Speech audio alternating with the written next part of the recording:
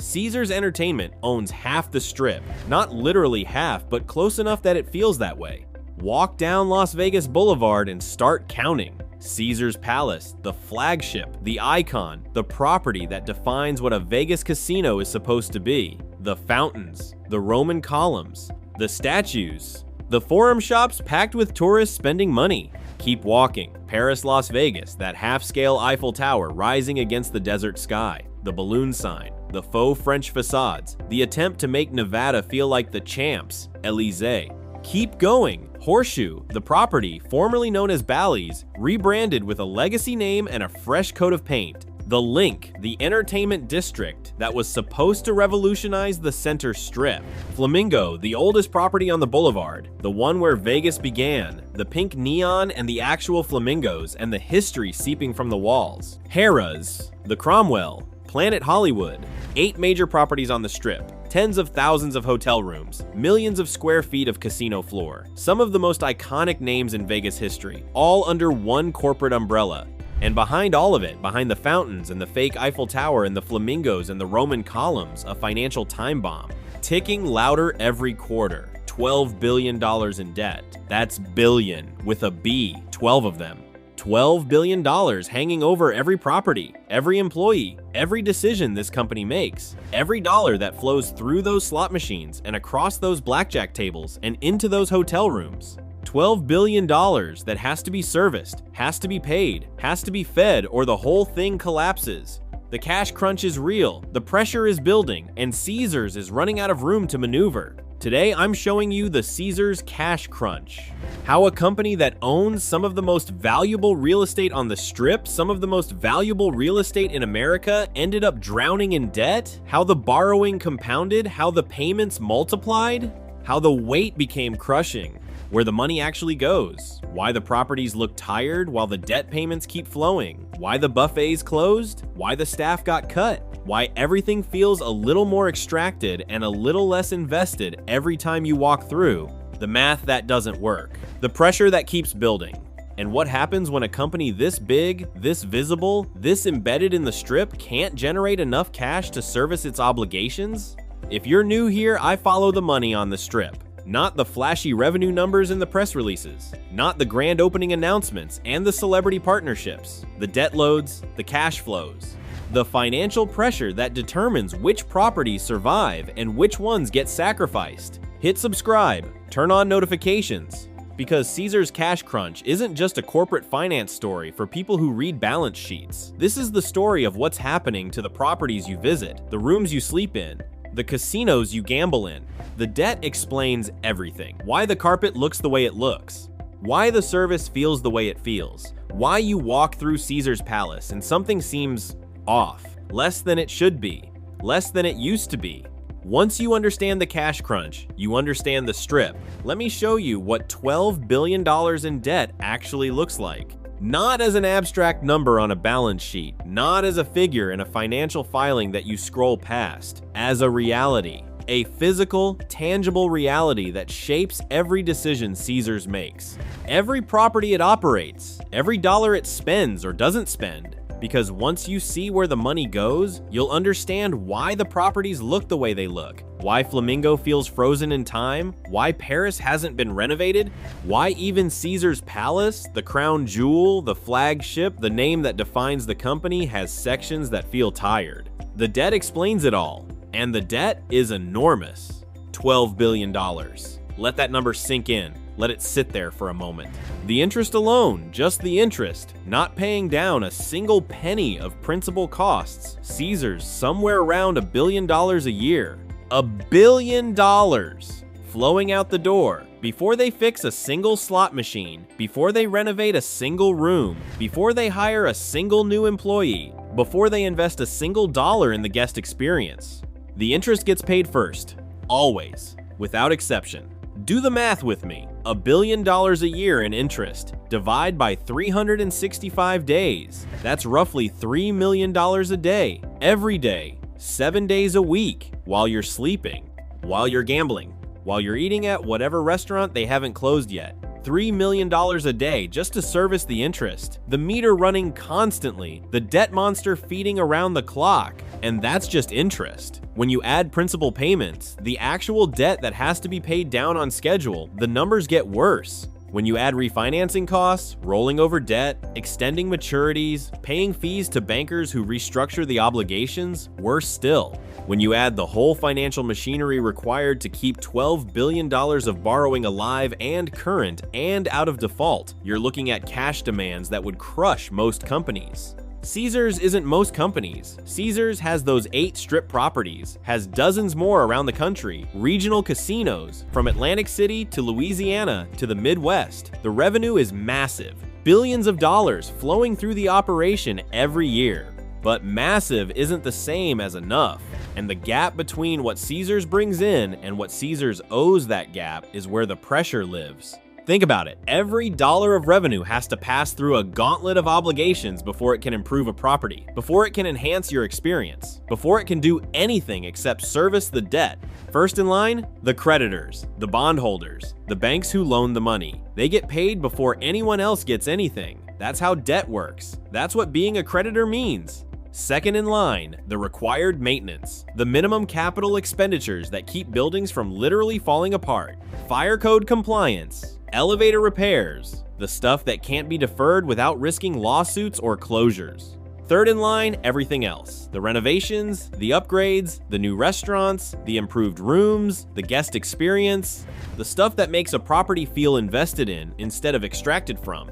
And by the time you get to everything else, there isn't much left. Here's what $12 billion in debt does to a company. It becomes the priority, the only priority that matters. Not the guest experience, not the property maintenance, not the employee wages, not the restaurant quality, not the show lineups, not any of the things that make you want to visit a casino.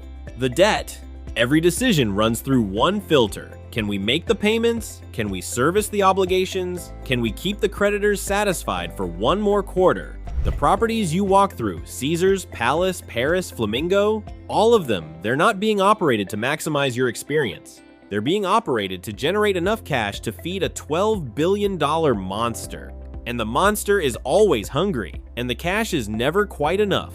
And the pressure builds, quarter after quarter, payment after payment, the crunch getting tighter, the margin for error getting smaller. The gap between what the properties need and what the properties get widening every year. Walk through Flamingo and look at the carpet. That's the cash crunch. Walk through Paris and count the closed restaurants. That's the cash crunch. Walk through Link and feel the half-finished energy of a district that was supposed to be more. That's the cash crunch. $12 billion, crushing everything beneath it.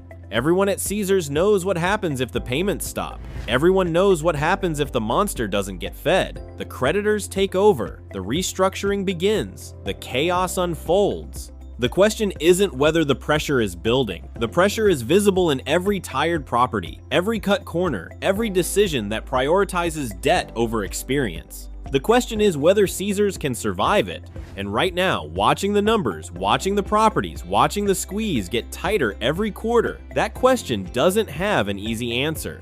The cash crunch isn't abstract. It's not just a number on a balance sheet that analysts worry about. It's visible, physical, tangible. Walk through any Caesars property with your eyes open, really open, and you can see where the money isn't going. The renovations that don't happen, the staff that got cut, the amenities that closed and never reopened, the corners that get cut so quietly you almost don't notice. Almost. Let me show you where the cash actually flows. And what gets starved when debt comes first. Think of Caesars cash flow like a waterfall. Money comes in at the top: gambling revenue, hotel rooms, restaurant checks, show tickets, everything. Billions of dollars flowing into the company every year from properties across the country. That's the top of the waterfall, the inflow, the revenue everyone talks about in press releases. But before that money can go anywhere useful, before it can renovate Caesars Palace, before it can update the tired rooms at Flamingo, before it can invest in anything that improves your experience, it has to pass through gates. Checkpoints, obligations that take their cut first. First gate, interest payments, $1 billion a year, gone, non-negotiable. Miss a payment and the creditors come calling. Miss enough payments and the whole company goes into default. The interest gate takes its cut before anyone else sees a penny. Second gate, principal payments. The debt doesn't just sit there, it has to be paid down on schedule. Hundreds of millions more, gone. Flowing to bondholders and banks who loaned the money years ago. More cash leaving the company before it can touch a property. Third gate, required capital expenditures. The absolute minimum needed to keep the properties operational. Not nice to have renovations, must have maintenance. Fire code compliance, you can't skip that without getting shut down. Elevator repairs, you can't have guests trapped between floors. HVAC systems that keep the buildings from becoming ovens in the desert. The bare minimum to keep the doors open. What's left after those 3 gates? That's the discretionary cash. The money that could actually improve properties, could enhance the guest experience, could invest in the future, and there isn't much left. After feeding the debt monster after the interest, the principal, the required maintenance, Caesars operates on razor-thin margins for everything else. The cascade of priorities puts debt first, second, third. Guest experience comes somewhere after. This is why Flamingo looks the way it looks, why Paris hasn't had a meaningful renovation in years, why Caesar's Palace, the flagship, the crown jewel, the property that carries the company's name, has sections that feel tired, worn, less than they should be. The cash goes to debt first. Whatever's left gets spread across 8 strip properties and dozens more nationwide, spread thin, stretched thinner every year. And when something has to give, when there isn't enough to go around, it's never the debt payments. It's always the properties. Some properties get fed, some properties get starved. That's how the math works when cash is tight. You can't invest equally everywhere, can't renovate everything simultaneously, can't maintain every property at the same level when the money isn't there. So you make choices, triage. You decide which patients get treated and which patients get left to decline. Caesar's Palace gets fed. It has to. The name is too valuable, the location too prime, the brand equity too important to the whole company. Let Caesar's Palace decay, and the entire portfolio suffers. So the flagship gets investment, gets attention, gets whatever it needs to stay competitive. But Flamingo? Walk through Flamingo and feel the difference. The oldest property on the strip, the one with the most history, Bugsy Siegel's original vision, the place where modern Vegas began, the property that needs the most investment to stay competitive in a market full of newer, shinier options. Flamingo gets the minimum, gets what's left after Caesar's Palace eats, gets enough to keep the doors open and the lights on, but not enough to actually compete. The rooms feel dated because they are dated. The casino feels tired because it is tired. The whole property exists in a state of managed mediocrity, not bad enough to close, not good enough to matter. The link was supposed to be different. The entertainment district that would revolutionize the center strip, the high roller observation wheel, the open air promenade, the restaurants and bars and attractions that would make Link a destination. Walk through it now. Count the closed storefronts. Feel the half-finished energy of a project that ran out of money or ran out of priority. The bones are there. The vision is visible. But the execution stopped somewhere short of completion. Planet Hollywood, Horseshoe, Harrah's, each one getting less than it needs. Each one falling a little further behind every quarter. The gap between what they are and what they could be widening, while the debt payments flow without interruption. This is triage, financial triage. Some patients get treated, some patients get stabilized, some patients get left to decline slowly while the resources go elsewhere. Want to see what the cash crunch costs? Compare Caesars to MGM. Same strip, same market, same tourists, different financial picture. MGM has debt too. Everyone in this industry carries debt. That's how you build 4,000 room hotels. But MGM's debt load is manageable. MGM can invest in properties, can renovate, can maintain, can make decisions based on what guests want instead of what creditors demand. Walk through Bellagio, really walk through it. Feel the floors, look at the machines, notice the staff levels. The carpets are newer, the machines are updated. The restaurants are open and staffed and serving food that costs money to prepare. The property feels invested in, feels cared for, feels like someone is spending money to make it better. Now walk through Flamingo, through Paris, through the Link. Walk through the Caesars portfolio and feel the gap. The gap is the cash crunch made visible. The gap is $12 billion of debt showing up in faded carpet and closed buffets and staff cuts you feel but can't quite name. It's the difference between a company that can invest in its future and a company that's just trying to survive its past. Caesars and MGM compete for the same tourists, fight for the same convention business, chase the same whales, but they're fighting with different weapons. MGM has cash to invest, Caesars has debt to service. And the properties show it every time you walk through. Every decision that got made or didn't get made. Every dollar that went to creditors instead of carpets. The squeeze gets tighter every year. Not because revenue is collapsing. Caesars still generates billions. The properties still attract tourists. The slot machines still take money. The hotels still fill rooms. But the debt load is relentless. Interest rates went up and refinancing got more expensive. Debt that was manageable at 4% becomes crushing at 7%. The same obligation, suddenly costing more to service. Every dollar that goes to creditors is a dollar that doesn't go to properties, and the properties fall behind. The guest experience declines. The competition pulls ahead, which drives guests toward MGM, toward Wynn, toward properties that aren't being squeezed dry, properties where the investment is visible, where the experience justifies the price, which reduces Caesars' revenue, which tightens the squeeze further. The doom loop is spinning. You can see it, feel it, walk through any Caesars property and witness the results. The cash crunch creating the conditions for a worse cash crunch. The debt feeding on itself. Either Caesars finds a way to reduce the debt, sells properties, restructures, finds new money somewhere, does something to break the cycle, or the crunch becomes a collapse. The margin for error is gone. The buffer is gone. Every bad quarter matters now. Every missed projection matters. Every dip in revenue shows up immediately in properties that can't afford to lose another dollar of investment. The monster needs feeding, and the cash gets harder to find, and the properties keep suffering, and the pressure keeps building. Something has to give. And the question everyone at Caesars is asking, the question they won't answer in earnings calls, the question they dance around in investor presentations is, what gives first? The properties? The debt? The whole company? Something has to give, and nobody knows what or when.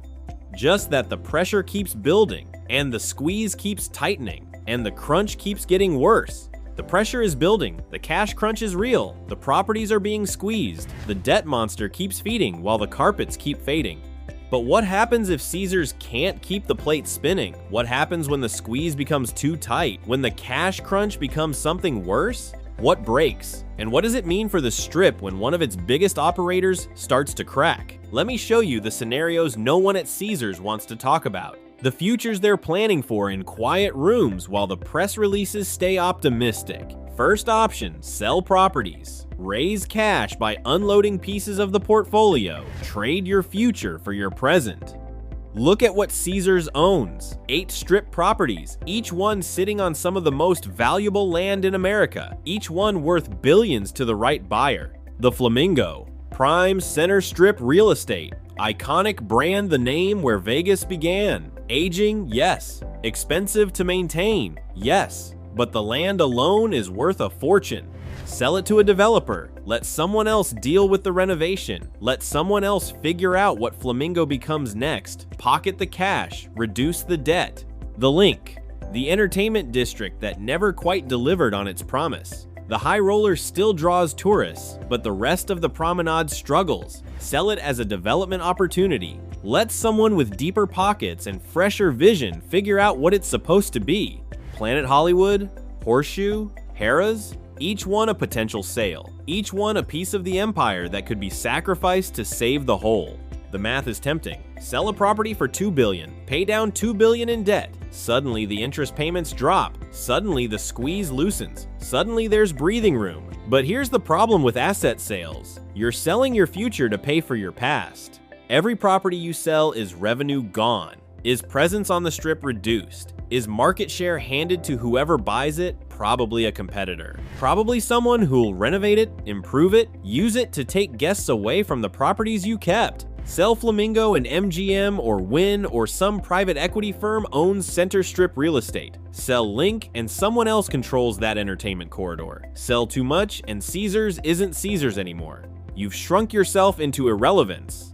Sell too little and the debt stays crushing. The pressure stays building. The crunch continues. The math is ugly either way. And here's the thing, asset sales are already happening. The Rio gone, sold off years ago. Remember when that was a Caesars property? When the World Series of Poker lived there? Sold. Regional properties, some divested, some on the block right now. Caesars has been quietly shrinking its empire to feed the debt, selling pieces to survive, but the strip properties are the crown jewels. Selling them is admitting defeat, is admitting the debt load won. Second option, restructuring. The corporate euphemism for we can't pay what we owe. You've heard the word before, restructuring. It sounds almost positive, like reorganizing a closet, tidying up the finances, getting things in order. It's not that. Restructuring means bankruptcy, means going to a court and admitting the obligations are unpayable, means creditors taking haircuts, getting less than they're owed, means shareholders wiped out, means chaos. And here's the thing most people don't know. Caesars has done this before. 2015, the company went through one of the largest casino bankruptcies in history, wiped out the old shareholders, restructured billions in debt, emerged as a new company with a manageable balance sheet. That manageable balance sheet, that's the $12 billion we've been talking about.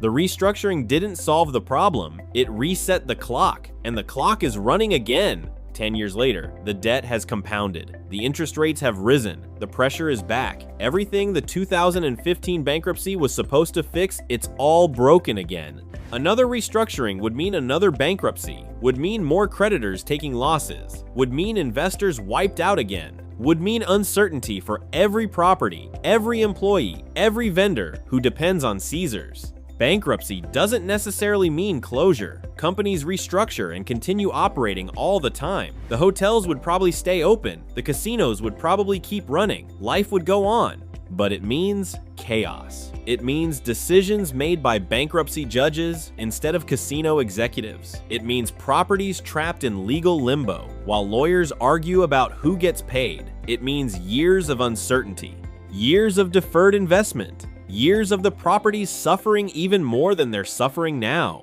And it means the pressure that's been building finally releases, not in a controlled way, not in a planned way, in an explosion, in a crisis, in the kind of headlines that make tourists wonder if they should book somewhere else. The last restructuring was supposed to fix everything. It didn't. Why would the next one be any different? Third option, the one no one wants to say out loud, the scenario they don't put in investor presentations. Liquidation, failure, the end of Caesars as an operating company. It's unlikely, I want to be clear about that. Caesars has too many valuable assets.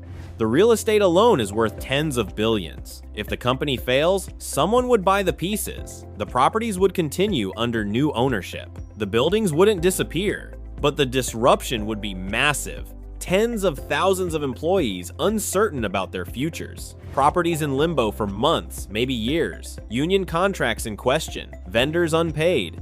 The Strip thrown into chaos as one of its two biggest operators, half the boulevard, remember, suddenly doesn't exist anymore. The Mirage closed and it was a headline for weeks. One property. Imagine 5 or 6 Caesars properties closing simultaneously while the company unwinds. The vacancy, the job losses, the hole in the Strip that would take years to fill. Flamingo dark, Paris uncertain, Caesar's Palace itself, the crown jewel, the icon in limbo.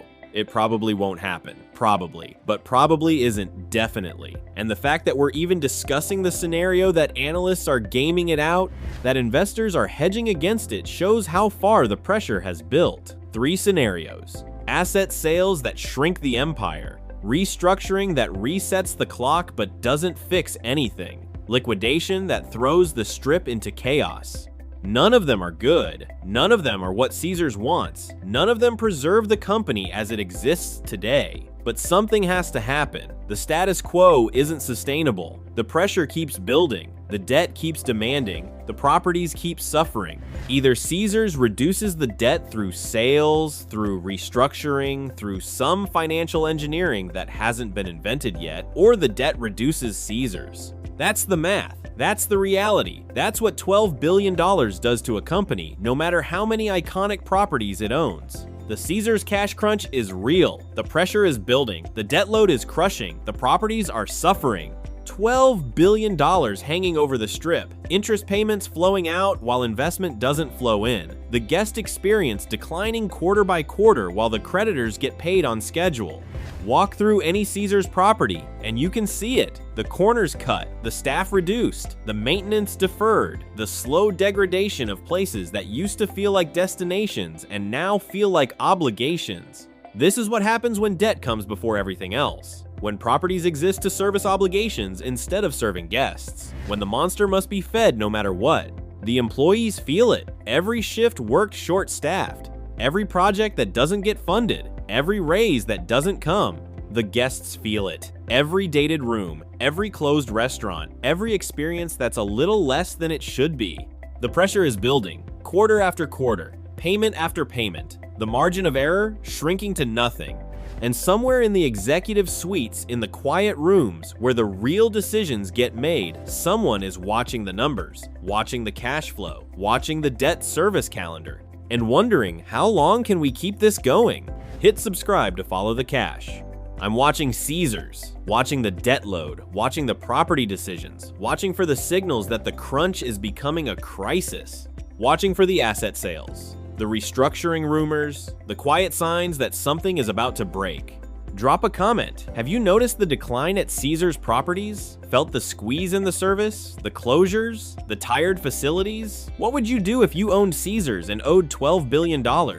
Because this isn't just a Wall Street story. This isn't just numbers on a spreadsheet that analysts argue about. This is a strip story. These are properties you've walked through, hotels you've stayed in, casinos where you've gambled, restaurants where you've eaten. The cash crunch touches everything, and the pressure keeps building. Caesars Palace, Paris, Flamingo, Horseshoe, Link, Harrah's, the Cromwell, Planet Hollywood. The whole portfolio, trapped by debt, squeezed for cash, operating under pressure that gets worse every quarter. Something will give. The only questions are what and when, and how bad it gets before it gets better. The pressure is building, the crunch is real, and everyone's watching to see what breaks first. I'll see you in the next one.